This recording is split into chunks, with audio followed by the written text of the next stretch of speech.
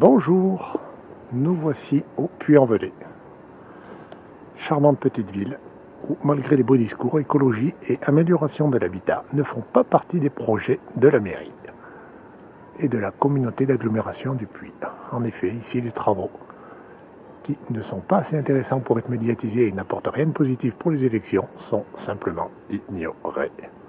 Voici un exemple. Nous voici donc ici au quartier de la Vesse. Charmant petit quartier, tranquille. La campagne à la ville. Quartier de la Vesse à Toyac. Avec son communal ici et ses abreuvoirs. Avec l'eau de la ville qui coule en permanence. Depuis 1994. Et oui, 25 ans que l'eau que nous avons dans nos robinets, qui coûte cher, que l'on tente d'économiser ici, coule en permanence et part aux égouts. 25 ans que ça dure. La raison, eh bien la voici. Auparavant, ces abreuvoirs étaient alimentés par une eau de source. Une eau de source qui était canalisée. Avec une canalisation qui part donc, qui partait d'ici, qui passe sous cette route. Voilà, qui traverse et qui va. Et qui est arrivé jusqu'à cette bouche d'égout. Là démarre un tunnel. À l'intérieur de ce tunnel, ici,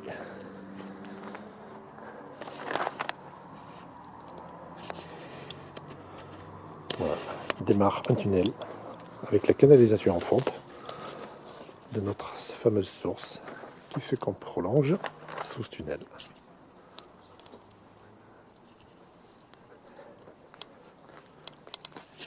Et qui remonte,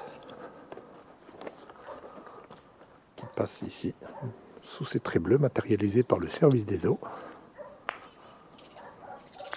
et qui revient ici. Et le tunnel se prolonge au-delà de ce mur, derrière, jusqu'à la source, 15-20 mètres plus haut. Voilà. Sauf qu'en 1994, le tunnel, ici, s'est effondré à cet endroit, sous ce fameux cyprès. Le tunnel s'est effondré. La mairie a donc dégagé le tunnel, muré le tunnel, ici, et remis toutes les pierres et la terre, ce qui a provoqué la cassure de la canalisation de la source.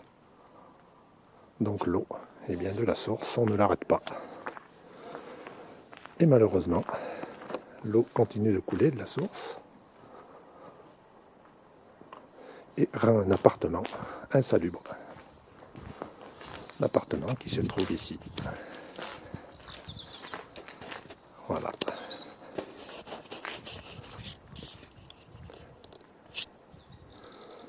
Un appartement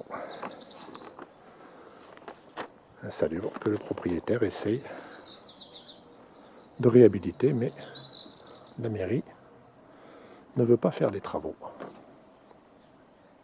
Voilà, depuis 2015 que le propriétaire tente une négociation. Il y a eu un expert avec les assurances suite à un constat dégâts des eaux à l'amiable, un pseudo-expert qui n'a rien voulu savoir de la source ni entendre les témoins du quartier ayant connaissance des événements, mais donc une procédure administrative au tribunal de Clermont depuis un an. Sauf que le tribunal administratif n'a rien trouvé de mieux que de nommer comme expert un architecte du Puy, qui celui-ci, juste 3-4 mois avant d'être nommé, avait accepté une mission pour la mairie et la communauté d'agglo. Donc, inutile de dire que celui-ci ne souhaite pas entendre les témoins ou visiter le tunnel, le fameux tunnel qui part d'ici, ne souhaitant pas mettre en péril de futurs contrats avec la mairie et la communauté d'agglo qui gère le service des eaux actuellement depuis un an. Donc,